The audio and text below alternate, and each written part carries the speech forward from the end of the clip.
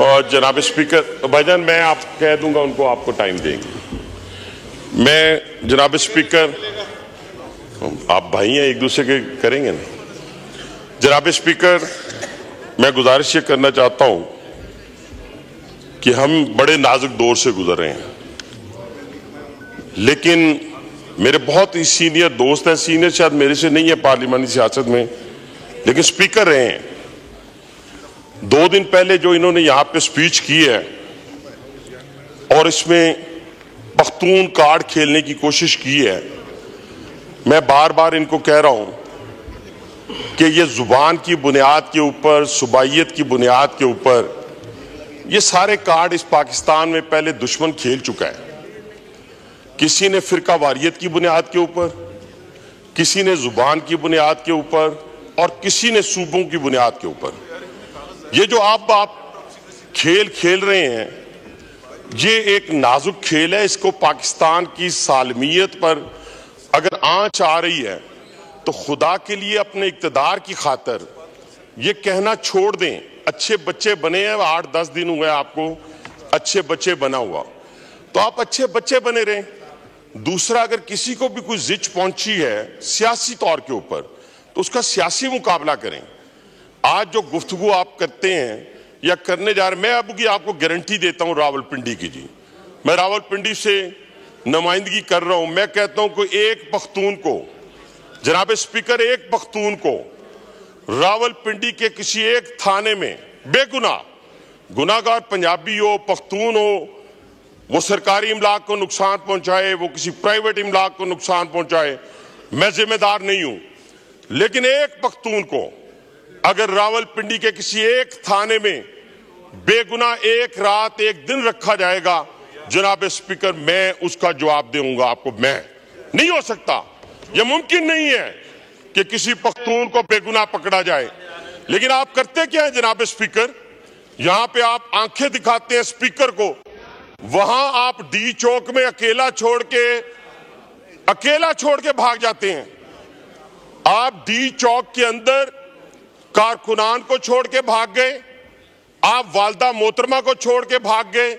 मैंने ऐसे बेटे, ऐसे बच्चे आज तक नहीं देखे जो अपनी वालदा मोहतरमा को छोड़ के भाग जाएं। मैंने आज तक ना पख्तूनों में देखे, ना पंजाबियों में देखे, ना सिंधियों में देखे, ना बलोचों में देखे, ना कश्मीरियों में देखे, और माशाल्लाह ऐसे बच्चे भी नहीं देखे जो वालदा मोहतरमा से 20-20 साल बड़े हों, ऐसे भी मैंने नहीं देखे। लेकिन चले, कोई बात नहीं, आपने छोड़ दिया, आपका अंदरूनी मामला है। लेकिन वो जो गुस्सा है वो हम पे क्यों निकालते हैं आप असेंबली को कहते हैं जी कोई फायदा नहीं है, तो रिजाइन करें, सुबह आज रात को रिजाइन करें, जाएं, जाके लोगों के पास जाएं। मैंने तो कुछ कहा ही नहीं आपको, रिजाइन करके जाएं और इस असेंबली को छोड़ दें, तो हम मानते हैं कि जी फायदा कोई नहीं है। लेकिन यहां पे खड़े होकर और आपकी जो बाहर बैठी हुई फैक्ट्री है, जिस तरीके से इस पाकिस्तान की सालमियत से खेल रहे हैं, आपके बारे में तो कोई शक ही नहीं रहा।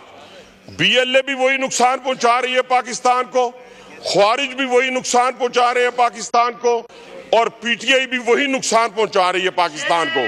उसकी बुनियादी वजह जनाब स्पीकर, उसकी बुनियादी वजह क्या है मैं बताता हूं। इन बच्चों को तो पता ही कुछ नहीं है खेल कहां से खेला जा रहा है, इनको नहीं मालूम। ये तो कठपुतली है, इनको क्या मालूम कि बानी पीटीआई जो है, इनको क्या मालूम जनाब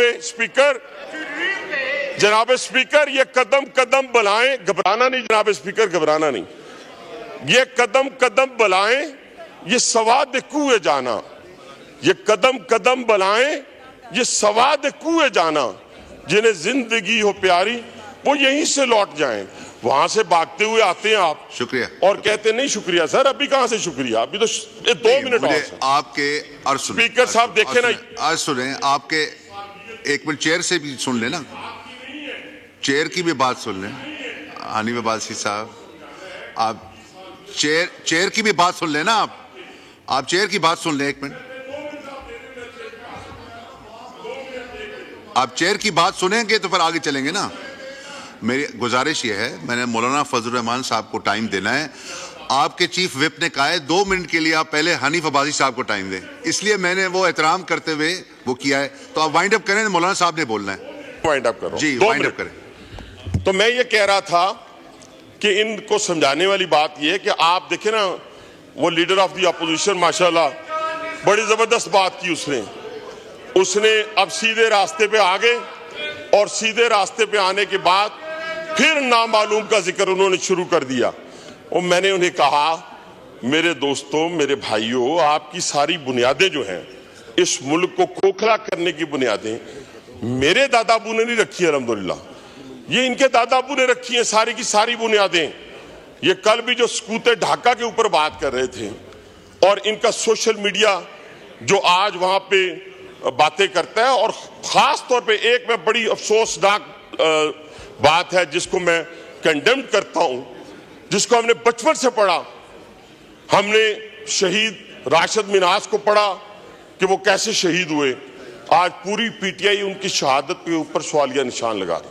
हमारी आने वाली नस्लों को, हमारे बच्चों को झूठ पर मबनी इनकी जितनी